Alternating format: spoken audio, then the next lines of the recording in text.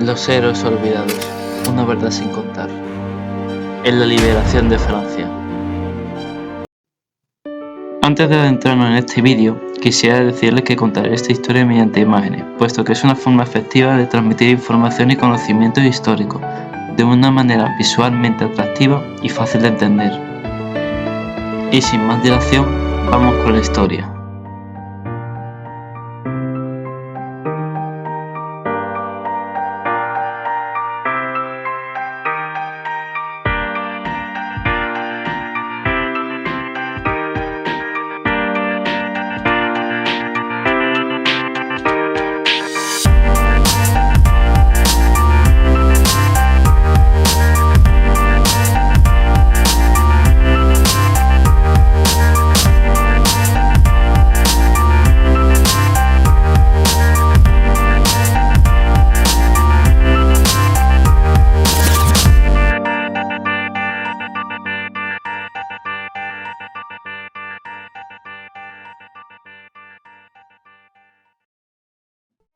Para contar esta historia, habría que decir una pequeña introducción acerca de ello, para poner en contexto las cosas.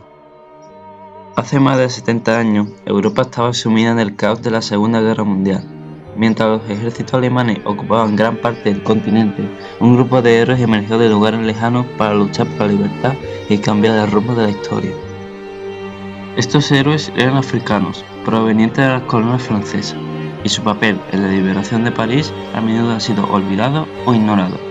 Hoy recordaremos su valiente contribución y rendiremos homenaje a aquellos que arriesgaron sus vidas en busca de libertad. La historia se sitúa en 1940, cuando las fuerzas alemanas invadieron Francia. Tras la rendición del ejército francés, muchos soldados fueron capturados y enviados a campos de prisioneros, dejando a la resistencia francesa en desorden.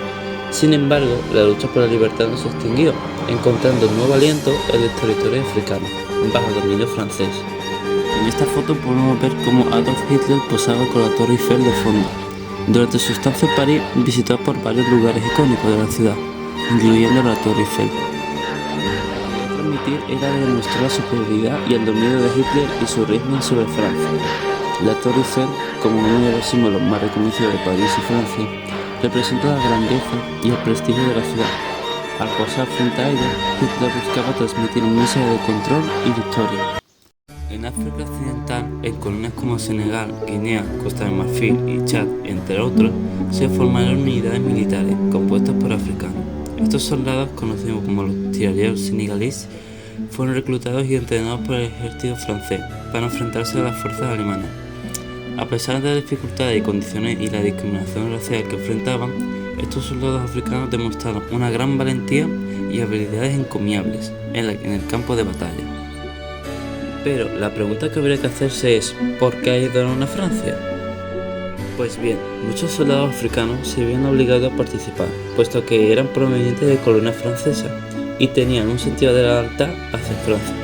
Otros tenían la promesa de que si iban allí a luchar se les proporcionaría un favor, como la liberación de sus seres queridos o ayuda económica. Otros fueron reclutados forzosamente, mediante la coacción y la movilización obligatoria. Ahora voy a contar la vida de un personaje que en mi opinión ha tenido un papel importantísimo en el reclutamiento de soldados africanos para la liberación de París y que merece ser revelada. Hablamos de Félix Éboué.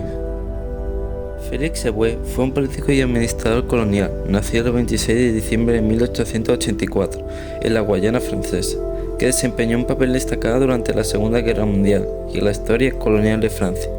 Éboué comenzó su carrera como maestro de la Guayana francesa y luego se convirtió en administrador colonial en diferentes territorios franceses de ultramar.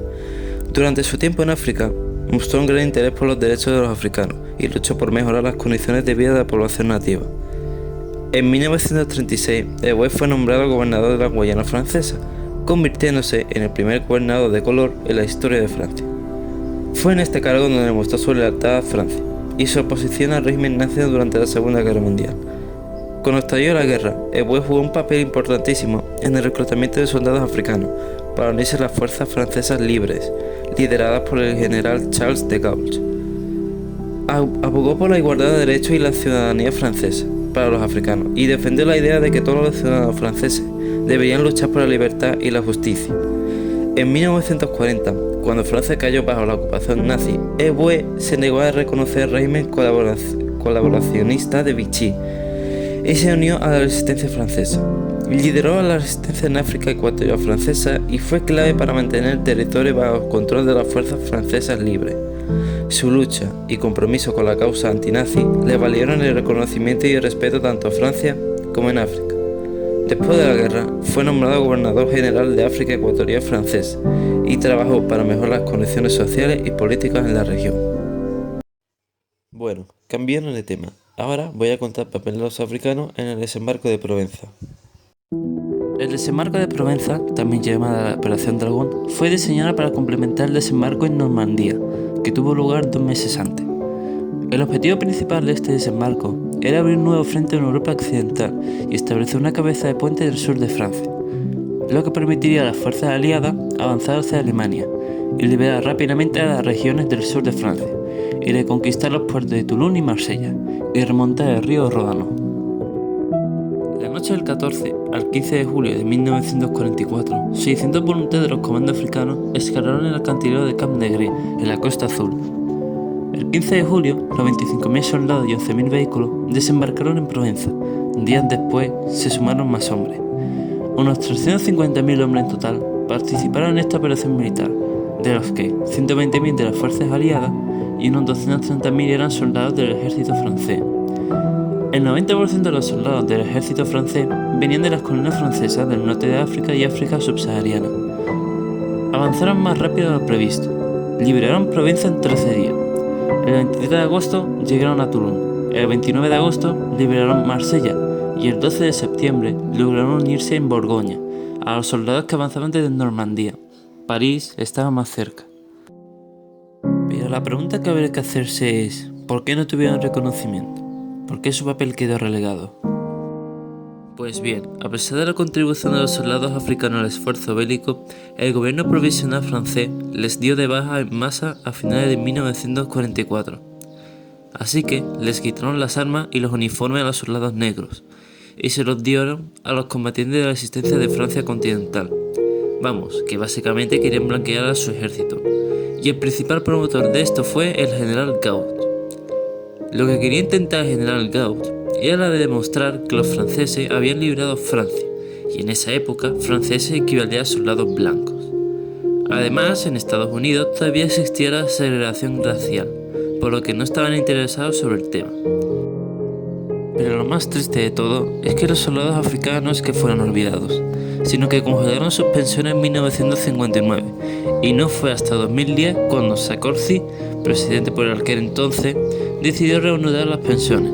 Sin embargo, esta solución no es que tenga mucho sentido, porque la mayoría de estos veteranos han muerto. Entonces, ¿qué podemos sacar sobre esto? Que la historia del desembarco de Provenza y el papel relegado de las tropas africanas nos recuerdan la importancia de luchar por un mundo mejor. La discriminación racial y la marginalización de ciertos grupos son errores del pasado, que debemos reconocer y corregir. Es fundamental abogar por una sociedad más inclusiva, equitativa y justa, donde todos los individuos sean valorados por igual, independientemente de su raza, origen étnico o cualquier otra característica. Debemos esforzarnos por romper los estereotipos, eliminar los prejuicios y fomentar el respeto mutuo. Es importante reconocer y celebrar la diversidad, ya que todos tenemos habilidades, perspectivas y contribuciones valiosas para ofrecer. Además, debemos promover una educación inclusiva que enseñe una historia verdaderamente global, que reconozca y destaque los logros y contribuciones de todas las personas, sin importar su origen. Luchar por un mundo mejor implica defender los derechos humanos, la igualdad de oportunidades y la justicia para todos. Significa trabajar juntos para superar las barreras que nos separan y construir un puente de entendimiento y cooperación. Al hacerlo, podemos crear una sociedad más pacífica y próspera para las generaciones futuras. En última instancia, cada uno de nosotros tiene un papel que desempeñar en esta lucha por un mundo mejor, ya sea a través de pequeños actos de amabilidad y compasión en nuestra vida diaria, o simplemente comprender la realidad de la historia, con pequeñas historias que realmente son verdaderamente importantes. Es hora de desafiar las injusticias, construir puentes entre las diferencias y trabajar juntos hacia un futuro en el que todos pueden prosperar, porque si no hacemos esto, no podemos progresar como humanidad.